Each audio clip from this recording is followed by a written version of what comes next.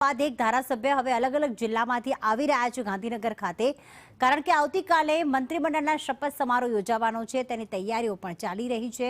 આવતીકાલે મહાત્મા મંદિરમાં શપથવિધિ યોજાશે અને કેટલાક મંત્રીઓને પ્રમોશન મળી શકે છે। રાજ્ય કક્ષાના મંત્રીઓને કેબિનેટનો દરજ્જો મળી શકે છે અને કેટલાક મંત્રીઓને સ્વતંત્ર પ્રભાર પણ મળી શકે છે, કારણ કે આ વખતે સંખ્યાબળ વધવાનું છે। જે અત્યારે 17 મંત્રીઓનું સંખ્યાબળ છે તે હવે 23 થી લઈને 27 સુધી થવાનું છે, એટલે કેટલાક મંત્રીઓને સ્વતંત્ર પ્રભાર પણ મળી શકે છે, અલગ ખાતું મળી શકે છે। હિરેન અમારી સાથે જોડાઈ ગયા છે।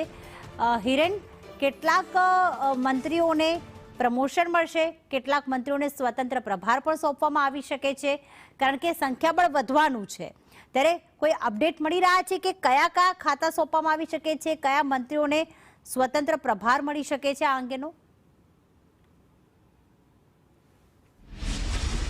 સ્વાભાવિક રીતે 20 થી 25ની સંખ્યાનું મંત્રીમંડળ બને છે, તો એમાં 9 થી 10 જેટલા કેબિનેટ મંત્રીઓ હશે। અત્યારે 8 કેબિનેટ મંત્રીઓ છે, એમાં વધારો કરી અને 1 થી 2 સંખ્યાનો વધારો કેબિનેટ મંત્રીઓમાં થઈ શકે છે।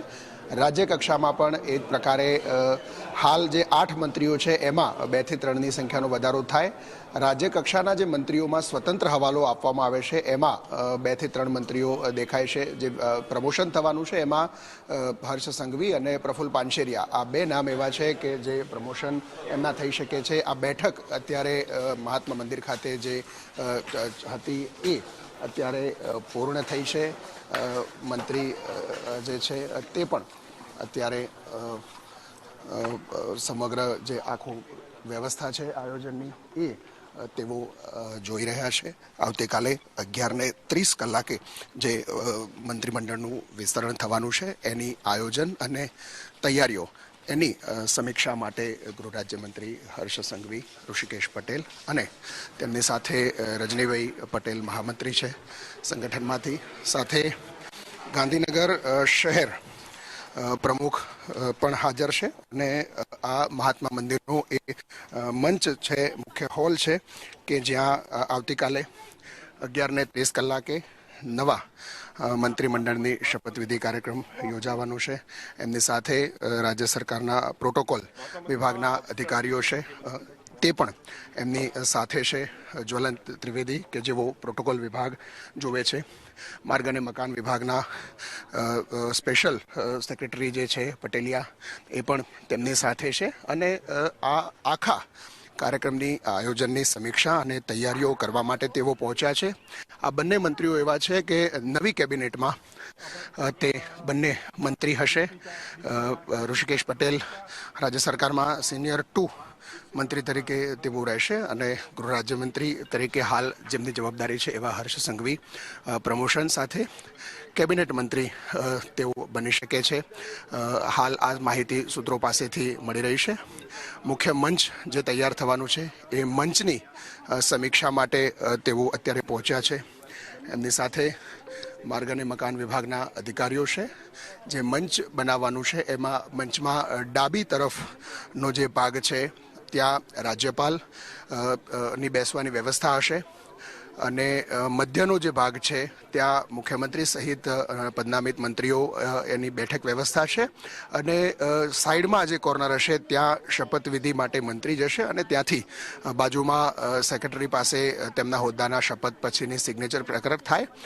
અમિત શાહ અને જેપી નડ્ડાને પણ મુખ્ય મંચમાં ઉપર જ સ્થાન આપવામાં આવશે। અત્યારે આ દ્રશ્યો આપણે જોઈએ છીએ કે સમીક્ષા વ્યવસ્થા, કારણ કે સિનિયર નેતાઓ પણ આવવાના છે। આ સાથે 23ની સંખ્યાનું જો મંત્રીમંડળ હોય છે તો એ તમામ મંત્રીઓના મત વિસ્તારના લોકો, એમના પરિવારના લોકો આવે છે।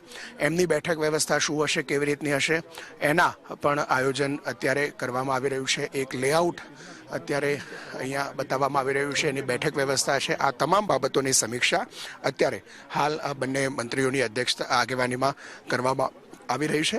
આવતીકાલે 11:30 કલાકે મહાત્મા મંદિર ખાતે શપથવિધિનો કાર્યક્રમ યોજાનાર છે। જે માહિતી મળી રહી છે એ અંતર્ગત આજે જ બપોર પછી એટલે કે 3 વાગે અથવા તો 8 વાગે બેઠક મળશે એમાં તમામ મંત્રીઓ હાજર રહેશે. મુખ્યમંત્રી પ્રદેશ પ્રમુખ જેપી નડ્ડા અને અમિત શાહ પણ આ બેઠકમાં હાજર રહેશે. નવા મંત્રીમંડળની સૂચના ત્યાંથી જ આપવાની શરૂઆત થશે. હાલના તમામ મંત્રીઓના રાજીનામા પણ એ બેઠકમાં લઈ લેવામાં આવશે અને એ પ્રક્રિયાની ફોર્માલિટી પૂર્ણ કરવામાં આવશે. હાલ આને લઈ અને ગતિવિધિઓ રાજ્ય સરકારે પણ તેજ કરી છે. ખૂબ ટૂંકા ગાળામાં આ કામગીરી કરવાની હોવાના કારણે ખુદ 2 સિનિયર મંત્રીઓ છે એમણે આ પોતે સ્વયં જગ્યા પર જઈ અને સમીક્ષા કરી રહ્યા છે.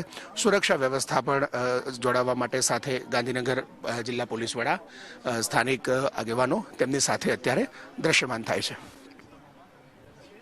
તો માટે તો બેઠકોનો દોર શરૂ થઈ ગયો છે ને મહાત્મા મંદિર ખાતે જે શપથવિધિનો કાર્યક્રમ છે હાલમાં ગૃહમંત્રી હર્ષ સંઘવી ત્યાં પહોંચ્યા છે. ઋષિકેશ પટેલ હાલમાં ત્યાં છે અને તમામ જે તૈયારીઓ છે તેની સમીક્ષા કરવામાં આવી રહી છે. સંભવતઃ એ પણ વાત કરી કે 3 વાગે કે અથવા સાંજે 8 વાગે બેઠક મળી શકે છે. તમામ મંત્રીઓને તેમાં બોલાવવામાં આવશે અને કયા મંત્રીઓ આવતીકાલે શપથ લેશે તેમને ફોન પર જાણકારી આપવામાં આવશે અને મંચ પરથી જ ખ્યાલ આવશે કે તેમને કયું પદ એટલે કે રાજ્ય કક્ષાનું પદ કે કેબિનેટ મંત્રી તેઓ બન્યા છે ત્યારે જ સોંપવામાં આવશે, ત્યારે જ કહેવામાં આવશે. હિરેન, જે પ્રમાણે તૈયારીઓને આખરી ઓપ આપવામાં આવી રહ્યો છે, આપે કહ્યું કે આજે એક બેઠકનું પણ આયોજન છે. કોઈ નામ ચર્ચામાં ચાલી રહ્યા છે અને આવતીકાલે 11:30 કલાકે જ્યારે આ કાર્યક્રમ યોજાવાનો છે ત્યારે કયા કયા સિનિયર નેતાઓ તેમાં ઉપસ્થિત રહે છે એવી કોઈ જાણકારી મળી રહી છે? જો અત્યારે હાલની સ્થિતિ પ્રમાણે આવતીકાલના આ શપથવિધિ કાર્યક્રમમાં ભારતીય જનતા પાર્ટીના રાષ્ટ્રીય અધ્યક્ષ અને કેન્દ્રીય મંત્રી જેપી નડ્ડા હાજર રહેશે. સંગઠનમાંથી રાષ્ટ્રીય મહામંત્રી છે સુનિલ બંસલ, એ પણ આ કાર્યક્રમમાં હાજર રહેશે.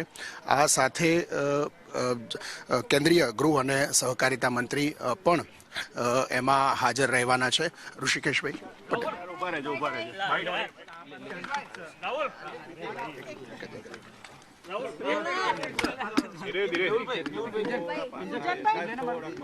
ઋષિકેશભાઈ, આવતીકાલે મંત્રીમંડળના વિસ્તરણ છે, મુખ્યમંત્રી કાર્યાલયથી ઓફિશિયલ કહેવામાં આવ્યું છે.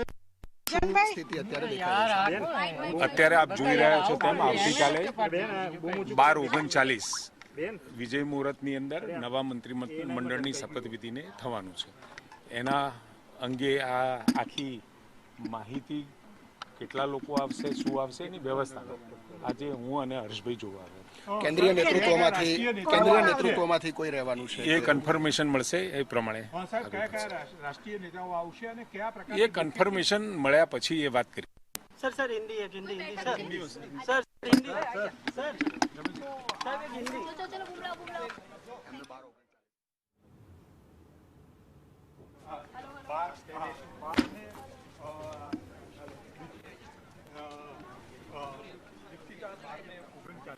જો અત્યારે હાલ આ આયોજનની સમીક્ષા બેઠકો વગેરે છે એ કરવામાં અહીંયા આવી રહી છે. રાજ્ય સરકારના પ્રવક્તા અને સિનિયર મંત્રીએ પણ કહ્યું છે કે આવતીકાલે જે સમય છે એ પ્રમાણે અહીંયા શપથવિધિ યોજાશે. એની આયોજન અંગેની તૈયારીઓ માટે ત્યાં તેઓ પહોંચ્યા છે અને એ પ્રકારે એક બાદ એક જે તૈયારીઓ છે એ કરવામાં આવી રહી છે. રાષ્ટ્રીય નેતૃત્વ પણ એમની સાથે ત્યાં રહેશે. નેતાઓ અત્યારે સમીક્ષા કરી અને અહીંયાથી બહાર નીકળી રહ્યા છે. મહામંત્રીઓ પ્રદેશના છે એ પણ છે એમની સાથે, એ અહીંયા બહાર નીકળી રહ્યા છે. રજનીભાઈ પટેલ છે એ અમારી વ્યવસ્થા અંતર્ગત બધા જિલ્લાઓમાંથી સ્વાભાવિક રીતે જે સ્થિતિ છે એમાં રાષ્ટ્રીય નેતૃત્વમાં સત્તાવાર રીતે હજી કોઈ માહિતી નથી, એ થશે તો તમને જણાવીશું. બાકી કાર્યકર્તાઓ આખા રાજ્યભરમાંથી ખૂબ મોટી સંખ્યામાં આવશે. રજનીભાઈ, જે સ્થિતિ છે એ પ્રકારે કહેવાય છે કે તમામ મંત્રીઓના રાજીનામા લેવામાં આવશે અને પછી ફરીથી શપથવિધિ એ સરકારનો વિષય છે, એ તો સરકારમાંથી જ કોઈ તમને કહી શકે. સંગઠનમાં ફેરફાર ક્યારે થશે? કારણ કે નવા પ્રદેશ પ્રમુખ આવી ગયા છે, ટીમ હજુ જૂની છે. એ તો એકદમ રૂટીન વિષય છે. હવે માનનીય પ્રમુખશ્રી એમની ટીમ નક્કી કરશે અને ક્રમશઃ એ વિષય આગળ વધશે. આવતીકાલની જે શપથવિધિ છે એ શપથવિધિમાં કેન્દ્રીય નેતૃત્વમાંથી કોણ કોણ રહેવાના છે? કઈ સત્તાવાર માહિતી મળી નથી, મળશે તો જણાવીશું. સાહેબ જે આજે આવતીકાલે જે થવાનું છે મંત્રીમંડળનું વિસ્તરણ કોણ ઉપસ્થિત રહેવાનું છે, પ્રદેશમાંથી કોણ કોણ હાજર રહેશે અને કાર્યકર્તાઓ ઉપસ્થિત રહેશે? મંત્રીમંડળનું વિસ્તરણ સરકારનો કાર્યક્રમ છે. તમને સરકારમાંથી જ કોઈ એના વિશે માહિતી આપી શકશે. આવતીકાલે પ્રદેશમાંથી કોણ કોણ કઈ રીતે ઉપસ્થિત રહેશે, રાષ્ટ્રીય નેતૃત્વ કોણ કોણ